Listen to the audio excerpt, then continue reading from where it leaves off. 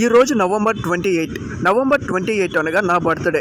నేను పుట్టినరోజు సందర్భంగా నేను ఏం చేశానన్నది ఈ వీడియోలో చూసేద్దాం. Hi hello welcome back to my channel. Hey guys, చాలా రోజుల తర్వాత మళ్ళీ ఒక మంచి వీడియోతో మీ ముందుకు వచ్చేసాను.